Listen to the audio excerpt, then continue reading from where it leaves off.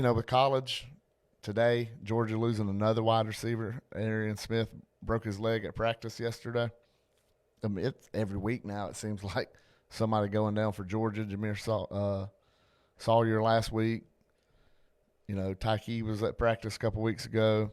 This week Arian, which Arian I think I saw he only played 20 plays I believe this year. He's been hurt a few times. You have to think at some point it is going to add up for UGA. It is going to catch up. But, Tennessee getting all this hype, I'm not really buying into it. I'm not buying into the next best thing, this best offense, and that they've ever seen in creation, Josh Heupel. It's not. It's a good talking point during the week. It's a good talking point for Georgia fans, I guess. But you haven't had a close game since Clemson, and I don't see why any of the next three would change that. And how does that affect Georgia moving forward? How does it affect them, going into the SEC championship against either Alabama or Texas A&M? We'll get into the Auburn situation here in a minute and the role they're going to play in the SEC West and who represents the West in the SEC championship. But, would it affect Georgia not having a close game? If Tennessee's not a close game, you can't think Charleston Southern or Georgia Tech's going to put up much of a fight against Georgia. That's just point blank.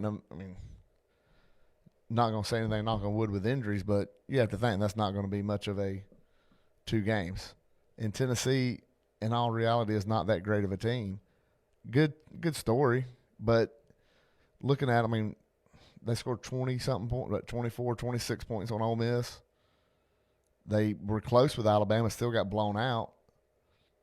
So, it's not the Central Florida offense's numbers. Yeah, the numbers look good. They have the, 7 or 8 touchdowns. I believe it's 7 touchdowns of 70 or more yards. And, it looks good, but you have to think this Georgia defense has been lights out for a reason. Real discipline. They tackle well in space. The corners tackle well. So everything leads to they can handle an offense what Tennessee's going to do. So I don't see Tennessee coming in and lighting up the scoreboard. And then to be real, Georgia's offense has been putting up, they're averaging 37, 38 points a game, second in the SEC. And that's whether the people want to talk bad about Stetson Bennett or hate on him or not, which I believe a lot of the hate from Stetson Bennett is people who don't want to admit they were wrong about Stetson Bennett. Bennett's put up a pretty good season and continues in. Hey, what's Tennessee's defense going to have that he hasn't seen? He played them last year. I know it's a different scheme, different head coach, but you can't tell me this Tennessee defense is going to be better than the Auburn defense. Derek Mason, that defense is looking good.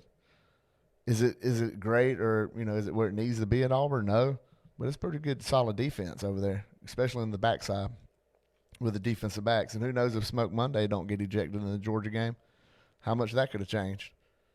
So Georgia playing Tennessee, I think it's just hype for the sake of having it. I don't see Tennessee being a legit threat, nonetheless.